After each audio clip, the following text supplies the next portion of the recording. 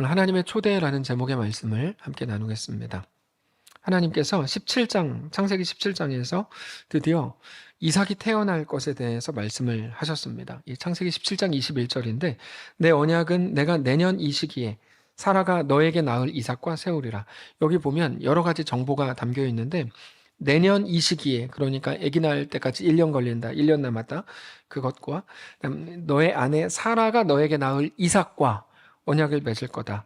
아주 구체적으로 말씀을 주셨습니다. 자, 이 하나님의 약속, 후손에 대한 약속이라는 것은 이제까지 아브라함을 오랫동안 이끌어왔던 근거였습니다.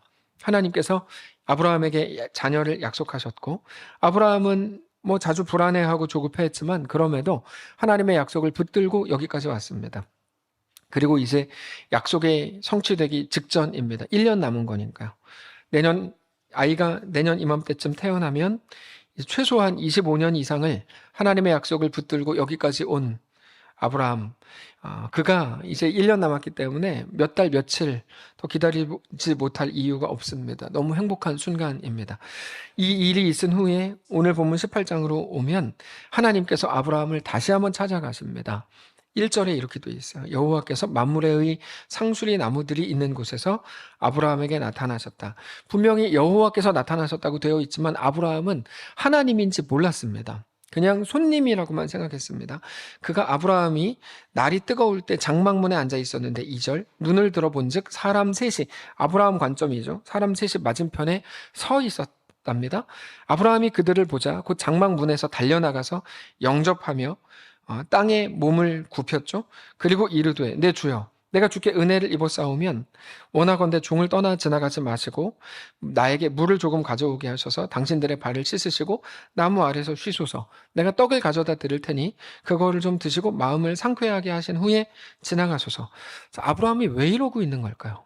그냥 손님이라면서요. 하나님이야, 알면은 그렇게 했을 것 같아요. 우리도. 근데 손님이면 그렇게 하세요? 그렇게 안 하죠. 네, 우리는 잘 그렇게 안 하는데 아브라함은 왜 이렇게 하고 있는 걸까? 자기가 얻을 어떤 유익이 있어서 그들을 대접한 게 아니고 손님인 줄 알고 대접한 겁니다. 우리는 너무 완전히 기브 앤 테이크로 대합니다. 사람들을. 나한테 어떤 이익이 있는지, 나한테 콩고물이라도 떨어질 게 있는지 생각하죠. 우리는 무언가를 주면 받을 게 있어야만 주는 거라고 생각하지만 성경은 신자의 삶의 방식에 대해서 전혀 다르게 말합니다. 히브리서 13장 1절에서 이렇게 말합니다. 형제 사랑하기를 계속하고, 이게 아브라함 이야기인데, 손님 대접하기를 잊지 말라. 이로써 부지 중에 천사들을 대접한 이들이 있었느니라. 그래서 아브라함 이야기입니다. 자, 이렇게 하는 게 복을 받을 조건이 된다고 말하는 게 아니고 신자의 삶의 방식이 바로 이런 거다라고 소개하고 있는 겁니다. 신자의 삶의 방식이 어떻게 이런 거가 되는 거죠? 나에게 뭐가 떨어질지도 모르면서 대접을 하고 이렇게 반겨준다고요? 어떻게 그게 가능합니까? 우리가 할 일을 하고 우리의 실력을 넘어서는 부분에 대해서 하나님의 이끄심을 믿을 때 비로소 가능한 겁니다. 우리는 우리 눈에 보이는 게 정말 전부라고 생각하지만, 진짜 전부라고 생각하지만 대부분 많은 분들이 사실 눈에 보이지 않는 게 훨씬 더 많죠. 우리는 모든 일들 의식 가운데 행한다고 생각하지만 무의식 속에 이루어지는 일이 어쩌면 더 많을지도 모릅니다. 우리 눈에 보이는 게 전부라고요? 우리 눈에 보이는 건 요거밖에 없죠. 보이지 않는 건 훨씬 많죠. 네. 지금 밖에서 누군가 와서 바자회 물건 좋은 걸 하나라도 먼저 사려고 동네 사람들이 사고 있을지도 몰라요. 그래서 예배를 빨리 끝내고 나가서 사자, 그런 게 아니고, 그러니까 우리 눈에 보이지 않는 게 훨씬 더 많은데 우리는 그냥 눈에 보이는 걸로만 판단하죠. 눈에 보이지 않는 모든 것들에 대해서 하나님 뭐라고 말씀하시죠? 야, 믿음으로 사는 거다. 하나님, 성도의 삶은 보이는 것이 아니고 보이지 않는 믿음을 가지고 사는 게 성도의 삶이다라고 고린도후서 5장 7절에서 말씀하십니다. 아브라함은 발 씻을 물과 떡을 드렸을 뿐 아니라 빵을 만들어 내오라고 사라에게 시키고 좋은 송아지 요리를 만들어서 대접합니다. 그 사람이 채워줄 무언가를 기대하기 때문이 아니고 하나님을 믿기 때문이죠. 하나님이 행하시고 하나님이 은혜 주실 것을 믿음으로 그렇게 하는 겁니다. 내가 아무것도 몰랐을 때 하나님이 나를 어떻게 대하셨는지, 내가 오히려 죄인이었을 때, 연약할 때, 하나님과 원수됐을 때 하나님은 나를 어떻게 대하셨는지를 안다면 우리는 분명 지금과는 조금은 다른 선택들, 조금은 다른 걸음들을 할지도 모릅니다. 그럴 가능성이 상당히 높죠. 그게 믿음에 의한 걸음이라는 건데, 이런 부분들뿐 아니라 우리 모든 부분이 다 마찬가지죠. 보이는 것만을 가지고 결정을 하기 위한 데이터로 삼는 게 아니고 우리 모든 결정의 가장 강력한 이유, 가장 강력한 근거가 믿음이어야 한다고 성경은 우리에게 계속 말씀하십니다. 그러니까 우리는 자주 보이는 거 가지고 판단하고 비판하잖아요. 근데 사실 보이지 않는 것을 가지고 우리는 결정을 해야 되는 거죠. 네. 그래서 교회는 말 잘하는 사람들이 모여 있는 게 아니고 뭡니까? 믿음으로 살아가기로 결정하는 자들의 모임이어야 하는 거죠. 하나님으로 인해 우리는 더 그렇게 넉넉해질 수 있는 거라고 성경은 계속 말씀합니다. 아브라함은 아무것도 모르고 섬겼는데 그때 그들이 갑자기 누구의 이야기를 하죠? 사라의 이야기를 합니다. 사라. 네, 9절입니다. 그들이 아브라함에게 이르되 갑자기 너의 아내 사라가 어디 있느냐? 아브라함이 깜짝 놀라는 거예요. 그냥 손님인 줄 알고 뭐 이렇게 대접한 건데 갑자기 사라. 여러분, 사라라는 이름은 언제 만들어졌습니까? 17장에서 만들어졌어요. 죄송합니다. 17장에 가기 전까지 사레예요. 사레. 갑자기 사라가 됐잖아요. 하나님이 사라로 바꿔주셨는데 오늘 본문의 손님들이 바뀐 이름을 알더라는 거예요. 뭐 어떻게 알지? 깜짝 놀라죠. 사라가 어딨냐? 뿐만 아니라 뭐라고 말하죠? 사라가 임신을 하고 아기를 낳을 거라고 하는 하나님의 언약까지 알고 있었어요. 그 손님들이. 아브라함이 단번에 눈치챘죠. 하나님이다. 아브라함은 눈치챘습니다. 하나님이다. 얼마 전에 아브라함과 하나님이 둘이 나누었던 대화 내용을 손님들이 정확히 알고 있었으니까요. 아브라함은 그 하나님의 말씀을 아내 사라에게는 전하지 않은 걸로 보입니다. 이 모든 대화 내용을 하나님과 아브라함이 나누었던 대화 내용을 사라가 뒤에 장막문 뒤에서 이제 조용히 듣고 몰래 듣고 있다가 그리고 깜짝 놀라죠. 내가 89세거든요. 내가 아기를 낳는다고? 네, 이렇게 생각하죠. 사라는 나이가 많았고 특별히 여성의 생리가 끊어졌기 때문에 당연히 아이를 가질 수 없는 상황이었습니다. 여기 나오는 여성의 생리가 끊어졌다고 읽었는데 그 말은 모든 사람들에게 그러므로 나는 임신과 출산을 할 수 없다고 하는 충분한 설득력이 있는 말이었지만 창조의 하나님께는 설득력이 전혀 없는 말이었습니다. 하나님께서는 그런 것에 지배당하시지 않기 때문입니다. 우리는 하나님을 인간 취급할 때가 너무 많습니다. 이거는 내 한계에서 이렇게, 저거는 저렇게 해주시고. 근데 하나님은 인간의 한계에 지배당하시지 않죠. 예수님은 동정녀 마리아에게 나셨다고 우리는 매일같이 고백하죠. 남자와 여자의 관계가 아니고 성령으로 잉태하셨죠. 결국에 사라가 내가 나이가 이렇게 많은데 어떻게 애를 낳겠어요? 라고 생각한 건 그가 하나님에 대해 잘 몰랐기 때문이라는 결론을 내릴 수 있습니다. 하나님께서 아기를 낳을 거야. 사라는 내 생리가 끊어졌는데 나름대로의 확실한 근거를 가지고 내가 어떻게 아기를 낳단 말이야 라고 얘기하잖아요. 하나님에 대해 잘 알지 못했기 때문에 그런 말을 한 거죠. 사실 아브라함의 경우에는 하나님께서 똑같은 말씀을 주실 때 사라와 같은 상황 속에서 계속 그 약속을 바라보고 오늘까지 온 겁니다. 물론 중간에 흔들리고 엘리에셀 만들고 이스마엘 만들기도 했지만 그래도 하나님을 계속 바라보았지만 사라는 그 하나님에 대해 잘 몰랐기 때문에 피식 웃었습니다. 오늘 본문에서 사라가 웃었는데 그 웃음은 행복해서 웃은 게 아니고 피식 이렇게 웃은 거죠. 이렇게 말씀하세요. 13절 여호와께서 아브라함에게 이르시되 사라가 왜 웃으며 이르기를 내가 늙었거늘 어떻게 아들을 낳으리오 하느냐 이렇게 물으세요. 너 사라한테 얘기 안 했냐? 이렇게 물으시는 거죠. 너 얘기 안 했냐? 여호와께 능치 못한 일이 있겠느냐? 기한이 이를 때 내가 너에게 다시 돌아오리니 사라에게 아들이 있으리라. 그러자 사라가 두려워서 부인하여 이르되 내가 웃지 아니하였나이다. 뭐 그럴 수 있죠. 왜 속으로 웃었으니까. 너 아들을 낳을 거야. 이렇게 했는데 그걸 갖고 뭐 너 왜 웃었냐? 너 안 웃었는데요? 뭐 그때 뭐 CCTV가 있는 것도 아니고 뭐 어떻게 해요? 안 웃었다는데. 뭐 하나님이 너 안 웃었냐? 나 웃은 줄 알았어. 이렇게 안 하시고 아니다. 너 웃었다. 이렇게 말하는 게 오늘 본문입니다. 오늘 본문 좀 재밌지 않아요? 이게 뭐라고 이걸 기록을 하신 걸까요? 하나님께서. 하나님이 아브라함을 만나주셨다. 요약하면 너 내년에 아기를 뭐 이삭을 낳을 거다. 그 얘기를 몰래 듣고 있던 사라가 피식 웃었다. 이렇게 웃었다. 그럼 속으로 생각했다. 내가 뭐 지금 어떤 상황인데 어떻게 얘기를 한다? 생각했다. 그때 하나님께서 야, 너 사라한테 내가 뭐 17장에서 얘기한 거 얘기 안 했냐? 그래서 하나님께서 야, 여호와께 능치 못한 일이 있냐? 기한이 이를 때 내년에 내가 다시 돌아오겠다. 사라에게 대고는 너 웃었지? 나 안 웃었는데요? 야, 너 웃었어. 이것까지가 오늘 본문입니다. 자, 이 분위기를 보세요. 어서 웃어. 이런 내용이 아니에요. 하나님께서 너 웃었다. 사라는 왜 웃었을까요? 몰랐죠. 하나님이 어떤 분이신지도 몰랐고 그 설명 다 드렸잖아요. 자기가 정말 아기를 낳게 될 것도 몰랐죠. 모르는 그녀에게 하나님이 오셔서 너 아기를 낳을 거야 라고 말씀하시는 게 오늘 본문이에요. 네. 이거는 오늘 우리에게도 상당히 중요한 메시지를 줍니다. 뭐냐면 별안간 찾아오시는 하나님이죠. 별안간 찾아오시는 하나님. 그리고는 믿지 못하고 머뭇거리고 상상이 안 된다고 말하는 우리들에게도 동일하게 일하시는 하나님. 우리는 자주 자격이 되고 조건이 되고 준비가 되어야 하나님이 우리에게 비로소 찾아오신다고 생각해요. 근데 안 그래요. 성경을 보면 전혀 안 그래요.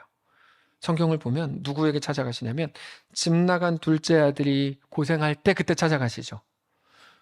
바로 앞에서 두려움에 벌벌 떨고 있던 조건이 전혀 되지 않는 모세에게, 요단강 앞에서 두려워하던 여호수아에게, 그리고 자기 민족이 다 말살 당할까 봐 겁내하고 있었던 누구죠? 에스더에게 찾아가시죠. 하나님의 찾아가시면 그런 거야. 우리는 자주 야, 네가 고작 그거밖에 안 되는데 하나님이 너한테 은혜를 주시겠어? 라고 이상한 말을 하지만 그건 맞는 말이 아니에요. 오히려 저렇게 그지같이 뭐 그냥 자기밖에 모르고 부족하고 주님 저런 사람에게도 주님 찾아가 주십시오라고 기도해야 하는 게 우리의 역할이지, 야, 너 같은 사람한테는 하나님 은혜도 안 주셔, 이렇게 말하는 건 정상적인 기독교가 아닙니다. 솔직히 생각해 볼 때 정말 우리가 처음부터 하나님에 대해 모든 걸 아는 걸로 시작하지 않았습니다. 하나님에 대해 모든 걸 알고 시작하셨어요? 안 그래요. 자, 저 죄송한데요. 얘기가 왔으면 얘기를 해줘야 될 거 아니에요. 왜 얘기를 안 해줘요? 제가 지금 뭐 깜짝 놀랐잖아요. 이따가 설교 끝나고 저 기도하겠습니다. 자, 왜 얘기를 안 해줘요? 자, 알겠습니다. 근데 우리가 하나님에 대해 모든 걸 아는 걸로 시작하지 않았어요. 하나님에 대해서 우리가 오해하는 부분이 많았고, 특별히 그저 세상적인 시각으로 우리 일과 하나님 나라의 일을 바라보다 보니까 기대하지도 않는 말들이 우리에게도 꽉 차 있는 거예요. 사실 아브라함도 그랬습니다. 하나님께서 아브라함에게 너에게 자식 줄게 그랬더니 엘리에셀을 후계자로 할까요? 그랬죠. 그랬다가 하갈을 통해서 이스마엘을 만들어내고 내가 아내 사레를 통해 자식을 주겠다 그랬더니 이스마엘이는 하나님 앞에 잘 자라게 해주세요, 이렇게 말했습니다. 사라도 똑같아요. 내년 이맘때 아들을 태어날 거야. 그러니까 피식 웃죠. 이런 식입니다. 여러분, 이런 거 어디서 자주 보지 않으셨어요? 우리도 자주 그렇지 않나요? 하나님이 우리에게 어떤 마음을 주실 때, 특별히 옆 사람을 통해 뭐 하나님께서 우리에게 무언가를 도전하시는 것 같아, 어떤 은혜를 주실 거야, 그럼 피식 웃지 않으세요? 예를 들어서 예를 들기 좀 그런데 박동환 이사님께서 성령의 은혜를 받고 양경혜 권사님께 우리 이번에 하나님 앞에 이렇게 우리 인생을, 그때 양 권사님은 어떻게 하실까요? 이렇게 하실 거 아니에요. 예를 들면 그래요. 예를 들면 그렇게 안 하시겠죠. 그렇게 안 하실 거예요. 근데 그렇게 하실 거 아니에요. 우리면 그런 일들이 너무 많아요. 하나님 앞에 이렇게, 야, 나도 집사야. 저도 이런 분들 많이 만나봐서 나 집사님. 네. 이런 분들 너무 많잖아요. 우리도 모르게 그런다는 거죠. 근데도 하나님은 어떻게 하십니까? 그들을 내치시지 않고 그들을 데리고 하나님 역사를 이루시죠. 여러분, 이게 성경의 역사입니다. 모르는 사람에게 찾아갔어요. 그가 모를 때 찾아갔어요. 근데 그때 어떻게 하십니까? 모를 때 찾아갔는데 그가 피식 웃어요. 그런 일이 나한테 있어? 이렇게 하나님께서, 그런데 그 사람을 데리고 하나님 역사를 이루시는 거죠. 여러분, 바로 이 일이 우리 가운데 어쩌면 가장 매일같이 일어나는 일이에요. 근데 우리 삶에도 동일하게 반복이 되죠. 우리가 알지 못하던 때 하나님이 우리를 먼저 찾아오셨습니다. 그렇게 우리에게 하나님 자신을 소개하셨고 우리에게 하나님 자신을 계시하셨습니다. 아침에 해가 뜨고 해가 지고 매일 24시간이 반복되고 사계절이 있고 1년 12달 365일 자전과 공전, 비와 바람과 공기, 산과 바다와 모든 자연 만물과 우주를 통해서 우리는 하나님의 살아계심을 고백하죠. 이 예쁜 가을에 산을 보면서 우리는 야, 하나님 살아계신 거 정말 놀라워. 그래서 오늘 헌금 찬양도 찬송가 478장이잖아요. 참 아름다워라. 주님의 세계는. 이게 우리에게 하나님 자신을 계시하시는 방식입니다. 자연 계시라고 부르고 일반 계시라고 부르는데요. 우리 눈에 보이는 것들만 가지고도 하나님 충분히 알 수 있다. 이게 자연 계시, 일반 계시입니다. 근데 그걸로 멈추지 않고 하나님은 특별히 성경을 통해서 우리에게 하나님 자신이 누구신지 계시하셨죠. 기독교 신앙은 뭔지, 하나님은 누구신지. 그런데 여러분, 하나님이 우리를 찾아오신 시점을 생각해 보십시오. 우리를 먼저 찾아오셨습니다. 우리가 먼저 하나님을 찾지 않았습니다. 우리 실력으로는 하나님을 스스로 알고 스스로 하나님께 나아갈 실력이 없습니다. 그러나 하나님께서는 얼마 전에 또는 몇 해 전에 수십 년 전 또는 우리 신앙의 어머니나 아버지를 통해 우리로 하여금 하나님을 알게 하셨고 우리를 그렇게 부르셨습니다. 그리고 하나님의 자녀로 삼으셨죠. 그거에 대해서 로마서 5장에서 이렇게 말합니다. 5장 6절. 우리가 아직 연약할 때 기약대로 그리스도께서 경건하지 않은 자를 위해 죽으셨도다. 우리가 아직 연약할 때, 경건하지 않았을 때. 8절. 우리가 아직 죄인 되었을 때 그리스도께서 우리를 위해 죽으심으로 우리에게 대한 하나님의 사랑을 확증하셨느니라. 10절. 곧 우리가 원수 됐을 때, 하나님과 원수 됐을 때 그의 아들의 죽으심으로 말미암아 하나님과 화목하게 되었은즉 화목하게 된 자로서는 더욱 그의 살아나심으로 말미암아 구원을 받을 것이니라. 이게 하나님이 우리를 찾아오신 시점이고 하나님이 우리 가운데 하나님 나라를 이루시는 방식이라는 겁니다. 사라가 엿듣고 있었어요. 하나님이 아브라함에게 너의 아내 사라가 아기를 낳을 거야. 그때 비웃었죠. 피식 웃었어요. 그게 비난하려는 게 아니라 하나님이 우리에게도 동일하게 일하시는 방식이라고 지금 말씀드리고 있는 거예요. 놀랍죠. 우리가 하나님을 먼저 찾아가는 것도 아니고 우리가 그럴듯한 자격을 갖춘 결과 비로소 그때 하나님의 자녀가 된 게 아닙니다. 우리가 담배를 끊었기 때문에 하나님의 자녀가 된 게 아니라는 것과 같은 거죠. 우리가 알지 못하던 때에 하나님이 우리를 찾아오셨고 우리가 연약하고 죄인이었고 하나님과 원수였을 때 하나님의 먼저 찾아오심, 용서하시고 품어주심으로 우리가 하나님의 자녀가 되었습니다. 그게 오늘 본문의 사라입니다. 사라. 알지 못했고 알아듣지 못했던 사라에게 하나님이 말씀하셨고 기다려주셨고 언약의 후손인 이삭을 허락하셨습니다. 사랑하는 성도 여러분, 꼭 기억하십시오. 하나님의 이루심과 붙드심은 우리의 실력을 따라 결정되지 않습니다. 어떤 사람들은 야, 기독교의 구원이 하나님이 50%다 해놓으면 사람이 자기 의지로 이렇게 해서 50% 이루어가는 거지라고 헛소리를 하지만 말도 안 되는 소리입니다. 그거는 성경이 말하는 게 아닙니다. 하나님께서 우리의 구원은 절대 우리에게 눈꼽만큼도 우리의 어떠함에 맡겨주시지 않았습니다. 그래서 우리에겐 소망이 있는 거예요. 여러분, 우리가 어떤 때는 막 대단한 신앙인인 것처럼 저도 스스로 생각하지만 더 많은 경우에 야, 이게 진짜 신앙이 맞나? 이렇게 생각하실 때가 더 많잖아요. 우리는 작은 일 하나만 일어나도 우리 감정이 막 요동을 치고 막 우울증 걸리고 막 그렇게 되는데 이런 연약한 인간들에게 하나님이 하나님의 나라와 하나님의 역사와 하나님의 구원을 맡기셨다고요? 말도 안 되는 소리입니다. 하나님께서 친히 모든 것들이 합력하여 완전한 선을 이루어 가신다고 약속하신 것을 기억하십시오. 우리에게 대한 하나님의 목적은 늘 완전하셔서 불완전한 우리에게 그 모든 것들을 맡기시지 않았습니다. 우리가 잘 아는 것처럼 우리가 최악이라고 생각하는 그 어떤 일들마저도 합력하여 선을 이루어 가게 하실 거라고 약속하셨습니다. 그래서 우리는 어떤 일이 일어날 때마다 우리는 항상 기대합니다. 원하지 않은 일이 일어났을 때에도 사실은 이런 것들을 가지고 하나님은 어떤 일들, 역사를 이루시려고 하시는 걸까? 기대하죠. 그럼에도 우리가 하나님에 대해 잘 알지 못할 때 우리는 우리에게 대한 하나님의 목적을 매우 작은 것, 현실의 것, 그래서 당장 내 앞에 있는 문제를 해결하는 것 정도로 묶어둡니다. 기독교를 아주 촌스럽게 만드는 거죠. 지금 당장 내 앞에 있는 문제를 해결하는 게 기독교의 능력인 줄 아는 거예요. 그렇지 않습니다. 우리에게 대한 하나님의 목적은 절대로 이 땅에 속하거나 이 땅에 매여 있지 않고 그것보다 훨씬 더 크다는 것을 알아야 합니다. 기독교를 자꾸만 세상 종교로 만들려고 하는 사람들이 많습니다. 기독교는 그렇지 않습니다. 우리에게 대한 하나님의 목적은 우리가 생각하는 것보다 훨씬 더 큽니다. 우리는 그것으로 이 일을 겪으면 반드시 망한다고 생각해서 두려워하는 거지만 하나님은 그 일을 통해서도 놀라운 역사를 이루십니다. 하나님의 일이죠.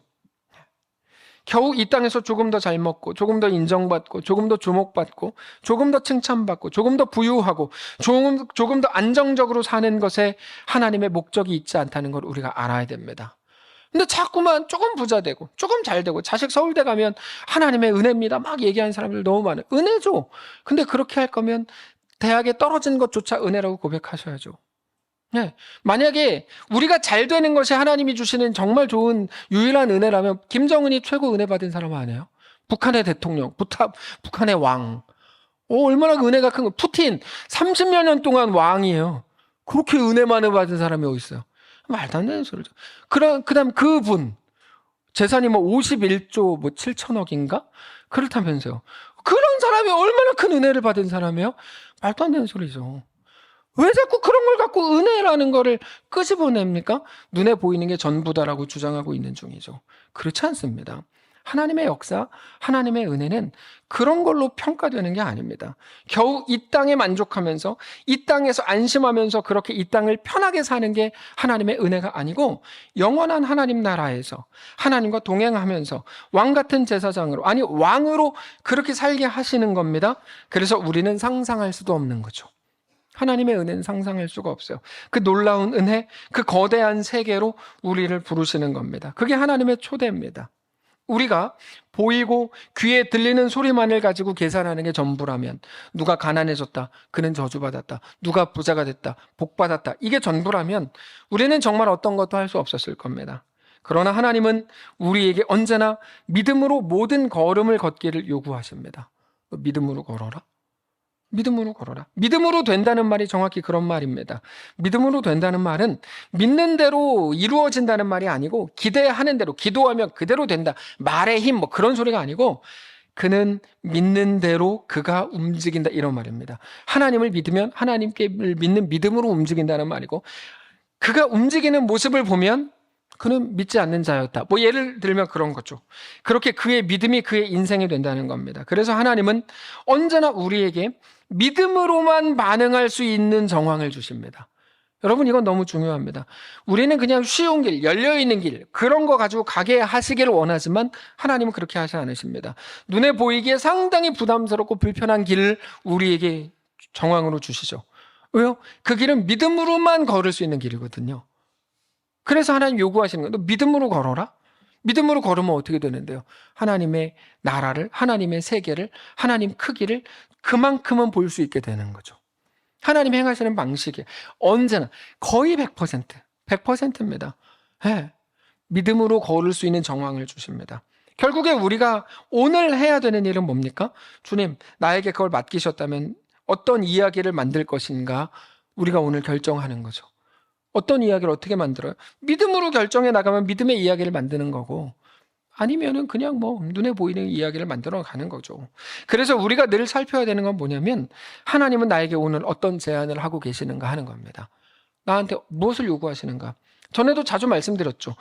하나님 우리 교회를 부흥시켜 주십시오. 그건 사실 모자른 기도입니다. 정확히 말씀드릴게요. 부족한 기도예요. 그럼 뭐라고 기도해야 되죠?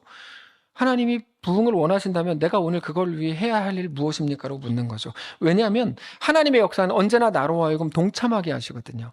하나님 우리 가정을 제발 화목하게 해주십시오 라고 기도하는 건 이해가 되지만 약간 부족한 기도입니다. 뭐라고 기도해야 할까요? 하나님 우리 가정이 화목하게 되기를 원하신다면 내가 오늘 무엇을 하기를 원하십니까? 그러니까 모든 하나님의 역사에 우리가 항상 동참하기를 원하시는 거예요. 그렇게 기도해야 돼요. 기도 자체도 우리 생각 자체가 그렇게 하나님 나라에 내가 들어가는 걸로 계속 바뀌어야 되는 거죠. 네. 가슴 뛰는 제안을 하나님이 나에게 오늘 하실까? 가슴 뛰는 제안을 하시죠. 그러나 그 가슴 뛴다는 말은 하나님 나라를 보여준다는 말이고 그러므로 하나님이 우리 앞에 두시는 일은 늘 부담스럽고 불편하고 나를 고생하게 할 것 같은 어떤 무언가이죠. 전에 말씀을 뭐 몇 번 드렸던 이야기인데 어떤 권사님께서 그분도 이제 권사님이고 정말 많은 사람에게 존경받는 권사님이셨어요. 근데 그분이 집에만 가면 친정엄마가 그렇게 욕하고 무시하는 거야. 사회적으로 다 인정받고 칭찬받는 분인데 집에만 가면 그분의 표현을 그대로 하면 야 이년아 네가 한 게 뭐 있어 그러면서 막 매일 막 욕하고 그러는 거야. 그래서 너무 친정가기 싫어요. 근데 그때 이제 명절을 앞두고 이제 이런 대화를 나눈 거죠. 하나님께서 권사님께 무엇을 요구하시는지를 들어야 됩니다. 그냥 단지 이제까지 우리 가정을 화목하게 해주십시오라고 기도해왔다면 그렇게 하지 마시고 그거를 위해 오늘 내가 해야 될 일 뭡니까? 물으십시오. 그리고 하나님께서 권사님께 말씀하시는 대로 움직여 보십시오 라고 이제 제안을 한 거죠. 그때 명절 때 집에 갔어요. 근데 그날도 역시 어머니가 막 욕을 하면서 쌍욕을 막 하면서 막 그랬어요. 예, 저희 집 주변에 쌍용마트라고 있어요. 쌍용마트. 어디 이름을 쌍용마트라고 지지? 쌍용마트인데 빨리 하면 쌍용마트가 돼가지고 전 항상 좀 별로예요. 하여튼 근데 막 쌍욕을 하면서 막 그랬던 거예요. 그래서 권사님이 너무 막 마음이 힘든데 그 전주에 약속한 게 있잖아요. 하나님께 기도했어요. 주님 짜증나 죽겠어요. 어떻게 해야 돼요? 어떻게 해야 돼요? 그때 하나님께서 주신 마음은 어머니를 꽉 껴안고 사랑해라고 얘기하라는 마음을 주셨다는 거예요. 권사님 고백이에요. 권사님이 막 욕을 막 하는데 어머니한테 가서 생전 처음이겠죠. 꽉 안고 엄마 사랑해 사랑해 그랬더니 이 미친년이 왜 자꾸 그래 막 이렇게 막 한 거야. 제 말이 아니에요. 그분 말이야. 막 그렇게 한 거야. 근데 계속 붙잡고 엄마 사랑해 계속 했는데 그 순간 그 다음 주에 그 권사님의 고백이에요. 엄마 보면서 힘이 싹 빠지면서 그래 나도 사랑해 인연아 이렇게 말씀을 하셨대요. 인연아까지는 했나? 하여튼 그렇게 하셨다는 거예요. 바로 이거죠. 우리가 만약에 그런 순간이 되면 근데 뭐야 뭐 갑자기 엄마를 안고 사랑한대 이렇게 생각을 할 수 있을 법한 어떤 것들을 사실은 하나님이 우리에게 계속 요구하시죠. 이렇게까지 하나님이 요구하신다고? 그러고 보면 사실 별거 아니거든요. 할 수 있는 건데 우리는 못한다고 생각하는 무언가를 계속 요구하세요. 하나님은. 그거를 통해 무엇을 보여주실 작정이냐면 하나님 나라, 하나님의 세계를 보여주실 작정입니다. 우리가 부담스럽지 않은 편안함, 불편하지 않은 마음, 고생이 아닌 쉬움에 우리가 매이고 거기에 붙들려 있다면 우리는 절대로 하나님이 우리에게 주시려는 진정한 설렘을 맛볼 수가 없습니다. 저는요 비행기 죽어도 못 타요. 선교요? 전 죽어도 안 해요. 라고 한다면 그냥 그렇게 죽는 거죠 뭐. 전혀 하나님의 은혜와 하나님의 크기는 맛볼 방법이 없는 거죠. 뭐 어떻게 해요? 방법이 없는 거죠. 그런데 하나님은 야 그거 남들 다 아는데 힘든 거냐? 야 비행기 한번 타는 거고 힘드냐? 그 사람에게는 힘들겠죠.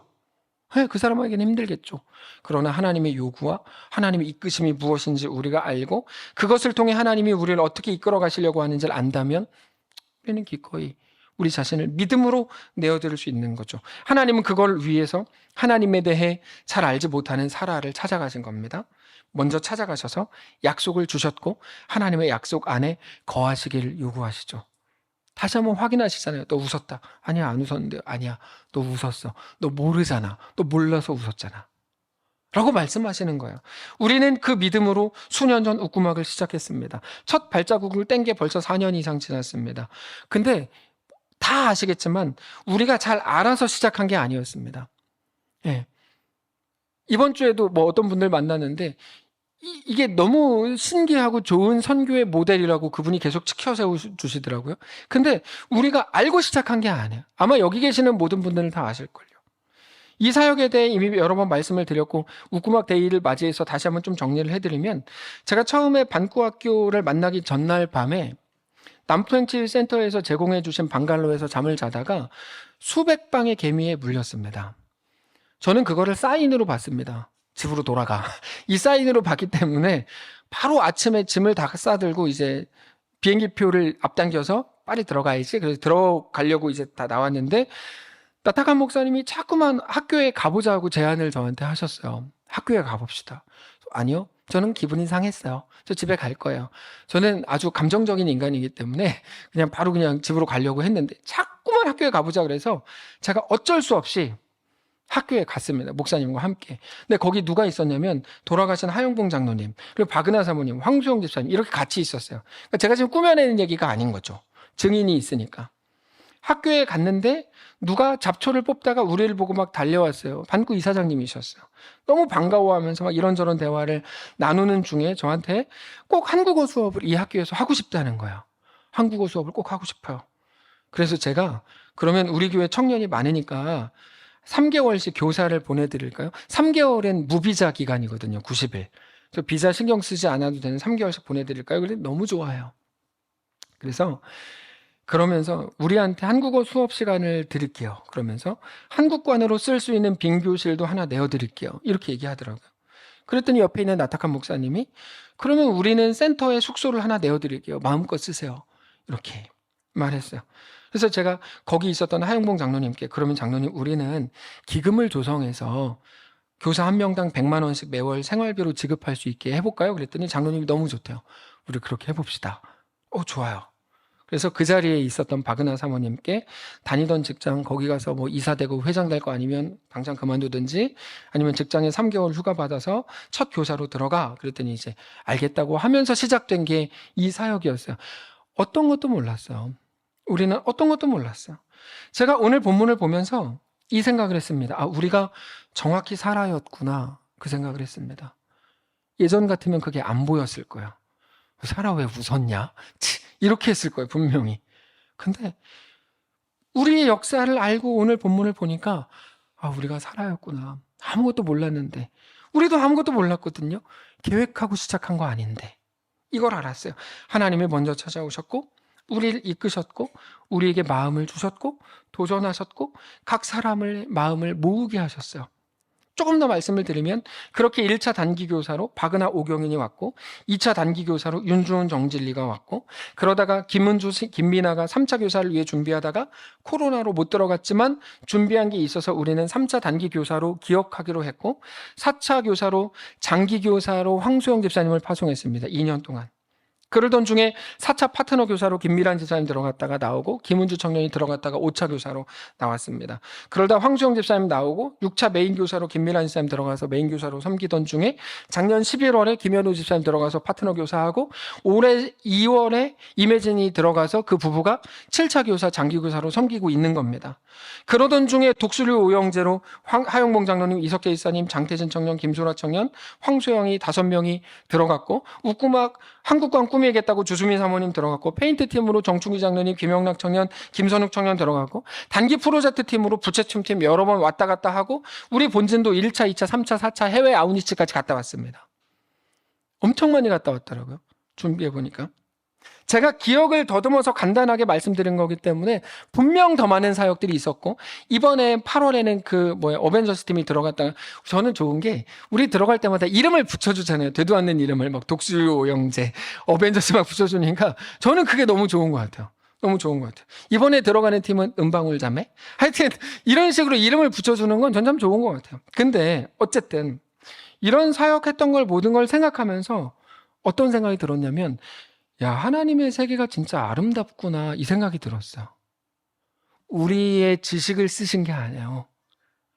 아무것도 알지도 못하는 우리를 데려다가 하나님 나라가 뭔지 알아? 그러면서 보여주신 거예요. 제가 어떻게 확신하냐면 들어갔다 온 분들의 모든 고백을 들어보면 다 그래요. 너무 놀라운 고백들. 하나님 나라가 이렇게 진행되고 있다니. 하나님 나라가 이렇다니. 하나님의 세계는 정말 큽니다. 여러분 하나님의 세계는 정말 영광스럽고 그렇게 위대합니다. 그래서 우리는 아무것도 사실 알지 못하는 것과 같습니다. 1년 후에 내가 너에게 아기를 낳게 하겠다 말씀하셨어요. 사라가 무슨 생각했을까요? 아기만 낳는 거 생각했겠죠. 그리고도 피식 웃은 건데 하나님은 아기만 낳는다고 말씀 안 하시고 내가 너에게서 낳을 아기와 언약을 맺겠다고 하시잖아. 그 이삭이 야곱을 낳고 야곱이 요셉과 그의 형제들을 낳고 그 중에 넷째인 유다가 쭉쭉 이어지면서 이스라엘의 역사가 되고 그러면서 거기서 메시아가 나오고 지금 우리가 구원받게 하는 모든 역사를 하나님께서 계획하시고 진행하고 이루시고 계시는 거 아니에요. 사라는 딱 하나 네가 아들을 낳을 거야. 그것도 못 믿고 웃었잖아요. 여러분 그렇게 볼 때 우리의 사역과 우리의 걸음이 너무 놀랍지 않으세요? 전 너무 놀라웠어요. 상상할 수 없구나. 그래서 사실 나온 게 참 아름다워라 주님의 세계는 이란 찬양이었어요. 가을이라 한 게 아니고 말씀을 준비하는데 그 찬양이 계속 생각났어요. 하나님 나라는 정말 놀랍구나. 우리가 생각하는 것과 다르구나. 우리는 고작 이게 잘 되면 이렇게 돈 벌고 이래서 내가 이 정도 후원하고 이렇게 이런 거 정도 생각할 수 있겠죠. 선한 분들 중심으로 그것도. 하나님 나라는 그런 게 아니구나. 진짜 엄청 크구나. 우리가 알고 우리가 만들어낼 수 있는 것과는 비교할 수 없는 하나님의 세계에 하나님이 우리를 초대하고 계셨구나 알게 됐어요. 그때 가정이지만 개미에 물렸으니까 기분 나쁘다고 한국에 그냥 왔다면, 혹은 그때 얘기할 때 하영봉 장로님이 무슨 말도 안 되는 소리예요 라고 말 한마디라도 했다면, 혹은 바로 직장 그만두고 들어가 그랬을 때 내가 왜 들어가요? 내가 그렇게라도 했다면 우리가 뭘 할 수 있었을까요? 안 그래요. 네. 이번에 하나님이 보여주시는 대로 우리는 계속 보기로 했고 걷기로 했을 때 하나님 놀라운 역사를 이루시는 거죠. 여기는 그래서 사람들이 할 만한 어떤 말들이 들어갈 틈이 없어요. 이런 사람 저런 사람 말 많이 하죠. 여러분, 제가 맨 앞에 있는데 한두 마디 말을 들어봤겠습니까? 근데 알아서 잘 판단해야죠. 하나님 우리에게 주시는 말씀이 뭔가, 하나님 우리에게 무엇을 요구하시는 건가. 예. 여러분, 돈을 내라는 거 아닙니다. 우리 삶을 하나님 나라에 쏟아붓자는 겁니다. 단지 하나의 분야, 하나의 사역을 말하는 게 아닙니다. 오늘은 웃구막 데이이기 때문에 이 말씀을 드린 거지만 우리를 초대하시는 하나님의 모든 초대가 언제나 그와 같습니다. 하나님은 이 땅에서 우리가 더 많이 갖고 이 땅에서 잘 누리다가 죽는 게 하나님의 목적이 절대로 아닙니다. 하나님은 우리 크기에 우리 인생을 맡겨두실 생각이 없습니다. 그럼 뭘까요? 하나님은 우리에게 하나님의 세계를 보여주실 작정입니다. 아까 2부 예배 처음 시작할 때 그 교사 경건에 들어보신 분들 여기 몇 분 계실 거예요. 여러분, 그분들 고백에 뭐라 그랬냐면, 처음에 아침 경건회를 합시다. 그랬을 때 우리는 설교 말씀만 듣고 끝냅시다. 그래서 임혜진 집사님이 뭐라고 고백해요? 그러다가 시간이 지나면서 거기 계시던 분들이 말씀을 가지고 묵상하던 내용을 고백하게 되고, 힘겨운 중에도 그래서 임혜진 집사님은 이분들은 이런 고백을 하는구나 놀랍고, 이런 고백들이었잖아요. 아까 처음에 그 경건 일기가 그런 거죠. 하나님은 우리에게 무엇을 요구하시는 걸까요? 분명합니다. 하나님 나라를 보여주실 작정입니다. 모든 하나님의 도전, 하나님의 이끄심, 하나님의 요구에 대해 믿음으로 반응을 하십시오. 믿음으로 걸으십시오. 나는 내 상황이 이러니까 보이는 걸로만 데이터 삼고 그걸로 결정하려고 하지 마십시오. 하나님의 완전한 이끄심에 순종하시고, 그렇게 하나님 나라를 보고 세상 하나님은 모르는 사람들은 할 수 없는 고백들을 하시기를 원합니다. 그렇게 놀랍고 풍성한 하나님의 백성들을 되시길 바랍니다. 말씀을 정리하겠습니다. 오늘은 웃구막 데이이면서 동시에 종교개혁 주일입니다. 우리 신앙이 그저 율법, 정해진 것들, 이거 하면 좋은 신앙이고 이거 안 하면 나쁜 신앙이야, 이런 형식에 갇혀있지 않게 되시기를 원합니다. 뿐만 아니라 우리는 자주 사실 하나님을 과학과 상식과 우리 실력에 묶어두려고 할 때가 너무 많습니다. 당장 현실로 모든 것을 판단하려고 하는 거죠. 여호수아였다면 무슨 기도를 했을까요? 하나님, 우리가 공격할 때, 돌을 던질 때 그 성이 무너지게 해주십시오. 이 정도까지는 기도했겠죠. 어쩌면. 근데 하나님의 방식은 그게 아니었죠. 하루 한 바퀴씩 돌고 마지막 날 7바퀴 돌고 소리 지르는 게 전부였는데 무너지잖아. 하나님의 방식을 우리가 어떻게 알아요? 모르잖아. 근데 우리는 하나님한테 자꾸 답을 줘요. 이렇게 하세요, 저렇게 해주세요. 자꾸 답을 주고 그거 안 해주면 막 삐지고 떠난다 그래요. 그렇지 않습니다. 하나님의 크기가 어떤 것인지 헤아릴 수조차 없는 하나님의 크기에 깊이 들어가실 수 있기를 원합니다. 우리에게 대한 하나님의 목적은 매우 작은 것, 그래서 당장 내 문제를 해결하는 것일 수 없습니다. 우리는 항상 말씀을 통해 성경이 말씀하시는 하나님이 누구신지를 알아야 하고, 하나님이 누구신지, 기독교 신앙이 무엇인지, 우리가 어떤 방식으로 삶을 살아야 하는지에 대해 깊이 생각해야 합니다. 하나님은 우리가 살아가는 이 땅, 우리 현실과 모든 정황 속에 우리가 묶이지 않기를 요구하신다는 거 기억하시길 바랍니다. 그 말은 뭐냐면 믿음으로 오늘도 도전하고 계신다는 거예요. 우리에게 대한 하나님의 목적과 뜻은 전혀 이 땅에 갇혀 있지 않습니다. 그것보다 훨씬 더 큽니다. 사랑하는 성도 여러분, 오늘 그리고 우리의 남은 모든 인생 동안에 하나님의 완전하심을 믿고 하나님의 세계로 들어가 하나님의 크기를 맛보실 수 있기를 원합니다. 그냥 종교로서의 기독교, 이렇게 하면 복 받는다, 이렇게 하면 벌 받는다, 제발 여기서 멈추시기를 바랍니다. 그건 기독교가 아닙니다.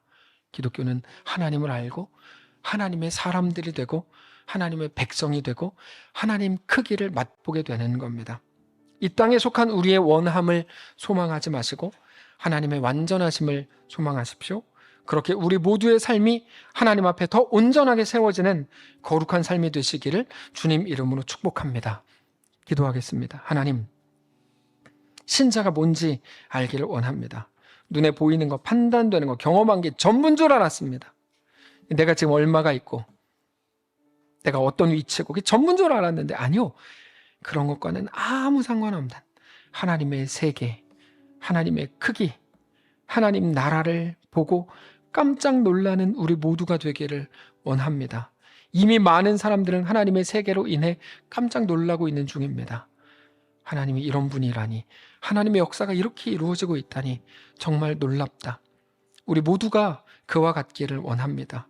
하나님 앞에 나아가 더 온전하게 세워지고 하나님을 더 믿음으로 바라보고 주님과 믿음으로 동행하는 사랑하는 모든 성도들 되게 하옵소서. 감사드리며 살아계신 우리 주 예수님의 이름으로 기도합니다. 아멘. 이제는 우리 구주 예수 그리스도의 은혜와 하나님 아버지의 다함없는 사랑과 성령의 교통인도 역사 위로 함께 하심의 은사가 이 시간 주를 바라보며 예수 안에 허락된 그 길을 믿음으로 걷기를 소원하는 사랑하는 모든 성도들 머리머리 위에, 그들의 앞날 위에, 그들의 가정, 그들의 자녀들 위에, 그들의 생업 위에, 사랑하는 이 교회 위에 이제로부터 영원까지 함께 계실지어다. 아멘.